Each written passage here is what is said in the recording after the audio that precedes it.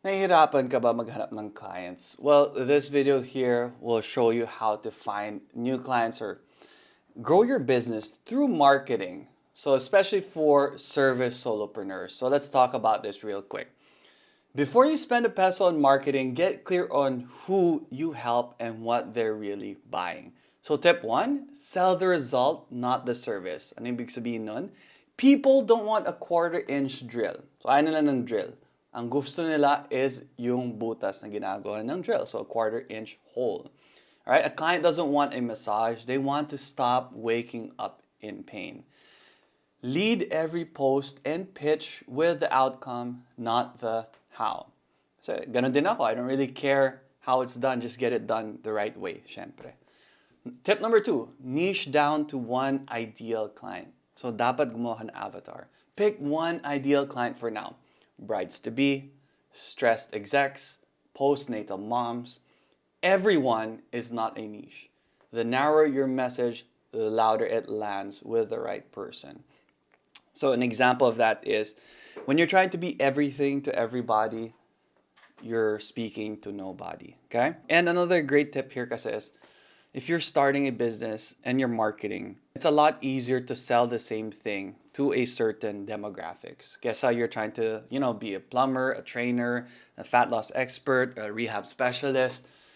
Parang they won't probably believe you that you're doing all these things. A real estate agent, yun. So be one thing, market the hell out of it, and just repeat the process. You'll have a faster learning curve, lalo na when you're trying to do sales or marketing or asking for referrals. It's a lot easier because when you talk to one ideal client, they probably have friends who are also your ideal clients. Okay? Tip number three, write a one-line offer. For example, I help who? So moms get what type of results? Fat loss without what's the pain point? Wasting time.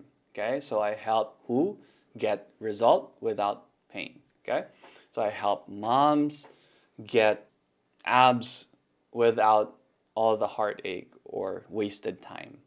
Write it, pin it somewhere where you see it daily. So all I would put a post-it behind my monitors here. And use it as the backbone of your bio, DMs, and content hooks. Tip number four, turn features into benefits. So I really believe in that. Try not to use features. Let's talk about benefits. So list every feature of your service, then translate each into what it actually does for the client. 12 sessions becomes 12 weeks to fit into that barong without hiding in photos. So what's a feature? Strength training, all right, circuit training. What's the benefit? Fat loss. What's a feature? Meal plan. What's the benefit? Fat loss or muscle gain, right? Or more energy to work out more. Ganon, okay? All right, so now we're done with the tips. Let's move on to content. Content is how strangers learn to trust you before they ever pay you. So tip number one, post consistently on 1 to 2 platforms. For me, what has worked well was Instagram, but now we're trying to expand out, especially on YouTube. So if you're watching this there, please like, subscribe, comment down below to help the algorithm, and let us know what other content you want us to cover, okay? Start on the channel you're most comfortable with. Don't spread yourself too thin across 5 platforms. Consistent presence on one beats sporadic posting on all of them. So for me, I'm still not the best in social media, but we try. Tip number 2, show real before and after. So testimonials, importante yan. They can't really believe you if they don't see client testimonials. Proof beats promises. I love that, right? With client permission, show real transformation. Body, skin, space, mindset. This is the single most persuasive content type for any service business. So one thing I do is I make it into a system na parang sinasabi ko sa clients ko, hey, if you achieve your fitness results and you look great, it'd be great to have you as part of my testimonials. Usually gusto nila yan, parang Hall of Fame or something like that. Plus, they would want to do it. Parang, sige, they'll trust you na, kaya niya pala to. All right? So it's hard actually for them not to say no, especially when you ask them before you start their personal training program. So that's how I did it. Now I'm asking you, do you have a system for before and after photos or testimonials, whatever serves business you're in? Tip number 3, teach one tip per post. So give value before asking for the sale. One useful specific tip per post builds authority and keeps people coming back. Save-worthy beats salesy. So you want people to follow you because you give them really good tips, not because you look great or, a humble brag post. Always give value whenever you post. Tip number 4, show your face, not just your logo. People buy from people. Ayun, it's right here. As a solopreneur, you are the brand. Talk to camera, share your story, and your why. It builds trust faster than any polished graphic. I think I remember now what I was trying to say. So, because HoliFit now is B2B, although it started as personal training, we sell to companies.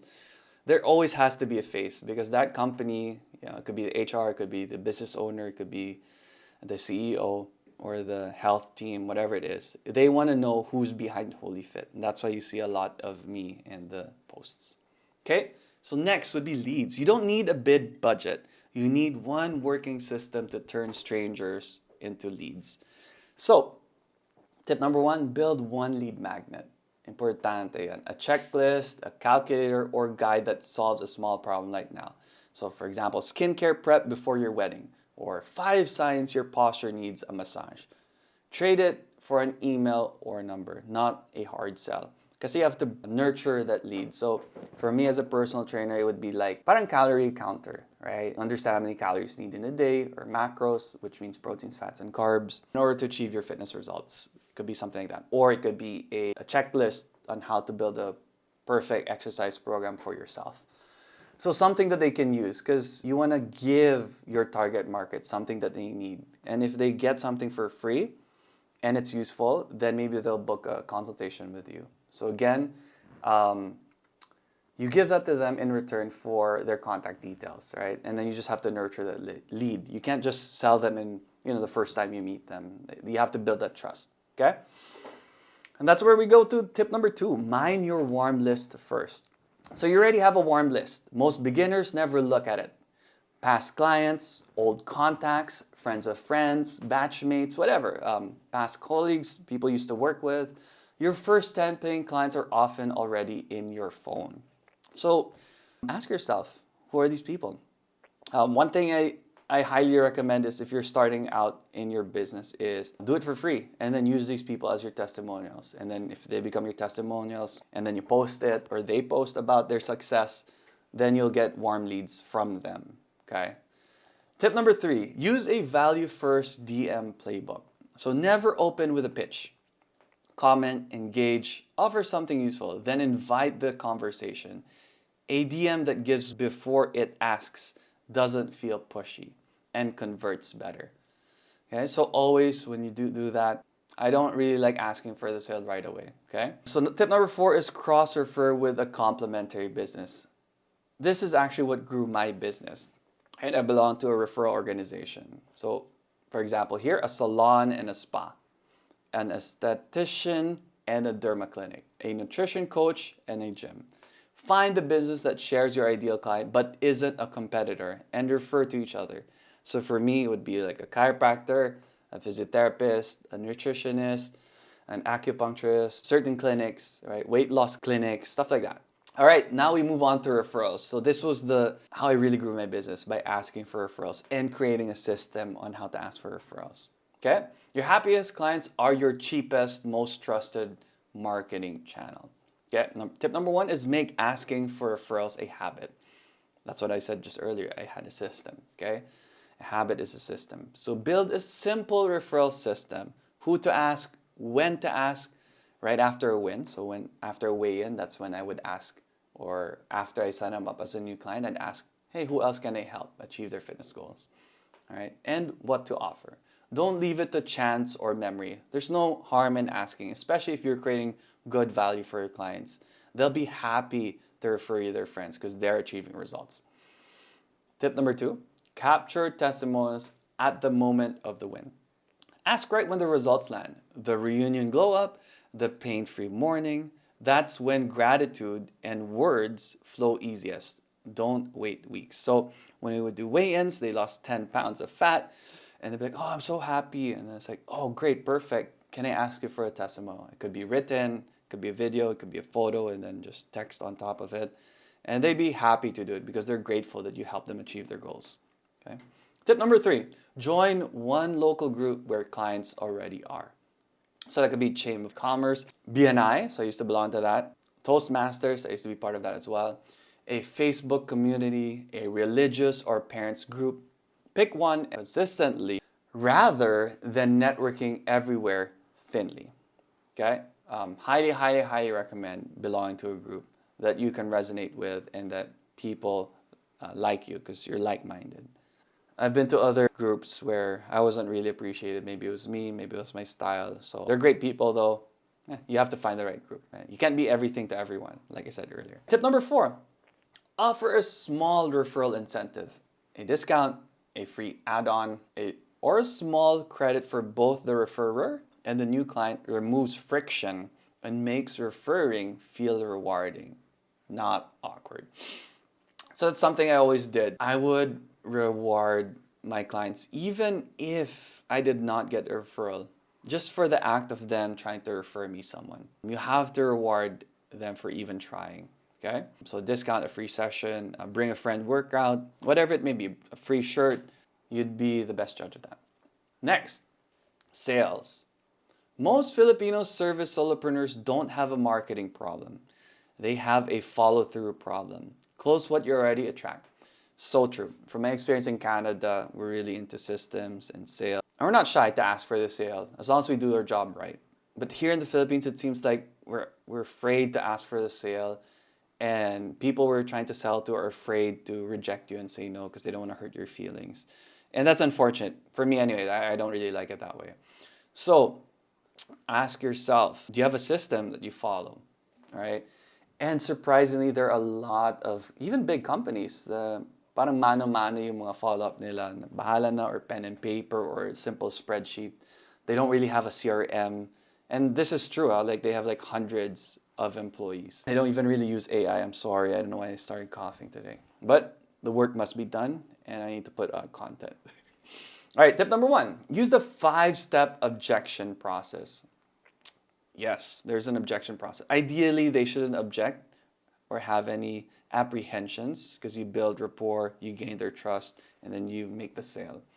But sometimes there'll be objections because you haven't probably done a right job on explaining things or building rapport or whatever, gaining their trust, right? Or taking away the risk for them. Maybe they think it won't work. They don't want to lose the money, right, in exchange for your service, whatever it may be. But the first thing is listen. There are too many salespeople out there that they interrupt their clients. Never interrupt your potential client, okay? Listen to what they have to say because they are actually giving you ammunition or more context on why they're consulting with you right now, okay? Listen, question the objection. So are you saying it's expensive? What do you mean by expensive? Right, something like that. Answer it. Expensive compared to what? Well, actually, fitness is not expensive. It's an investment. It's not an expense. Something like that. Then confirm it's resolved. So does it make sense? Yep. And then you ask for the sale again. Right? Too expensive is almost never about money. It's about trust. Okay? Or yeah, it's just a smokescreen. In other words, they're just saying that. Right? And that's a different story altogether. For me, before they even do a consult, they need to know our prices. When I was doing one-on-one personal training, so that they know if it's in the budget or not, and they book a meeting with me. Because personal training, people know what it is all about, right? So they just want to know, I guess that's why I like to publish my rates, so they know more or less how much I charge as a trainer. And if they think that's in their budget, then they continue to book a session.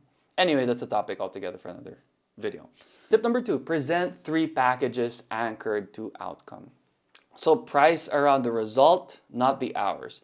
3 clear options make the decision easier and naturally anchor the client toward your middle, most profitable tier. Because if you only have one package, 1,000 pesos a month. Now they're thinking in their head, am I okay to spend 1,000 or not? All right? But if you have 3 packages, from a yes or no, kaya ko ba to or hindi, it becomes, which one do I choose? You know, the basic, the deluxe, or the premium package, right? Tip number 3, know your numbers. Know your margins and exactly how many clients at your current rate equals your target income. Pricing decisions stop being emotional once the math is in front of you. So yeah, you need to know your margins. It's very important, right? Your net income. every time you have a new client or service them, and how many clients you need to hit your income. So if you want to make, for example, 100K and you charge 10K a month, then you need 10 clients a month, right? Something like that.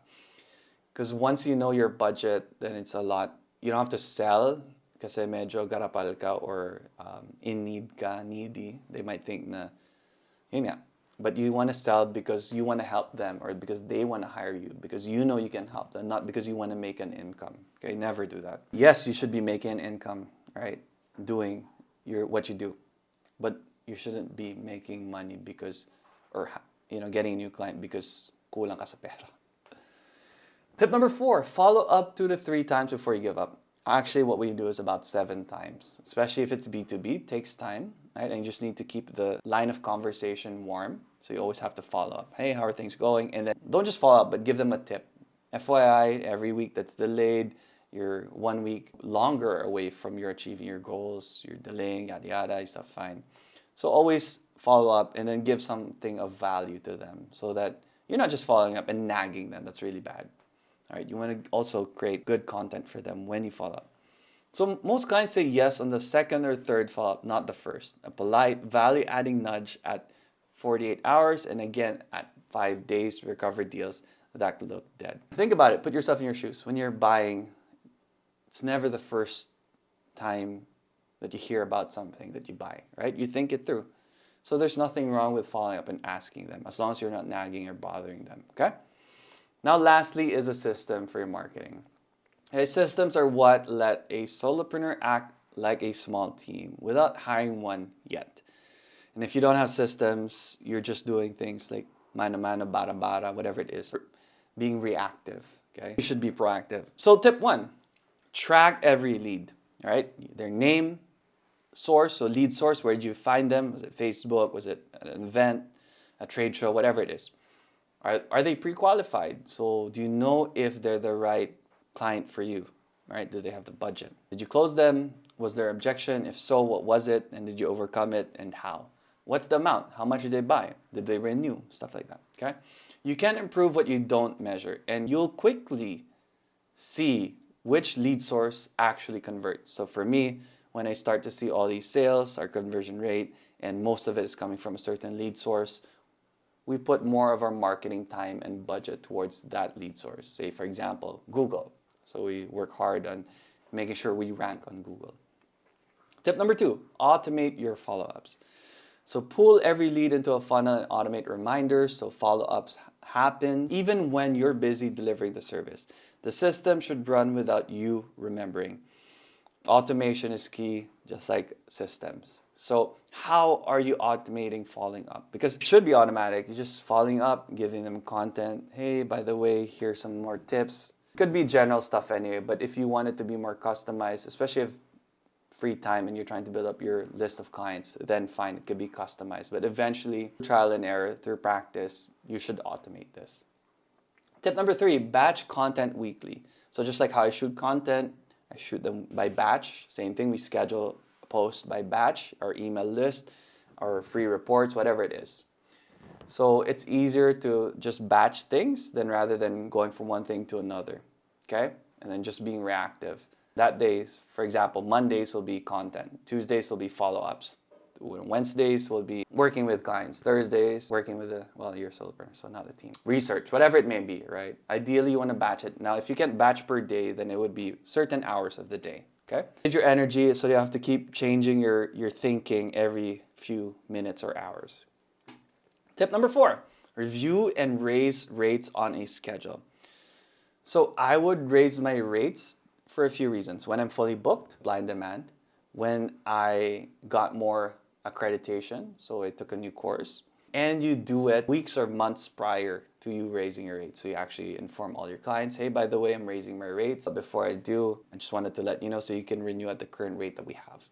All right? So that's pretty much it, guys. I'm sorry for all the coughing. If you have any questions, if you need tips or help, if you want constant leads so that every time a client doesn't renew and you have an extra spot, you already have a wait list. So you never have to worry about sales or marketing, and you can just focus on working with your client 100% contact us today. Comment down below, like this video, let us know what other topics you'd want me to cover, and share this to a friend. So the better, the more engagement I get, the more videos I'll make like these. Thank you.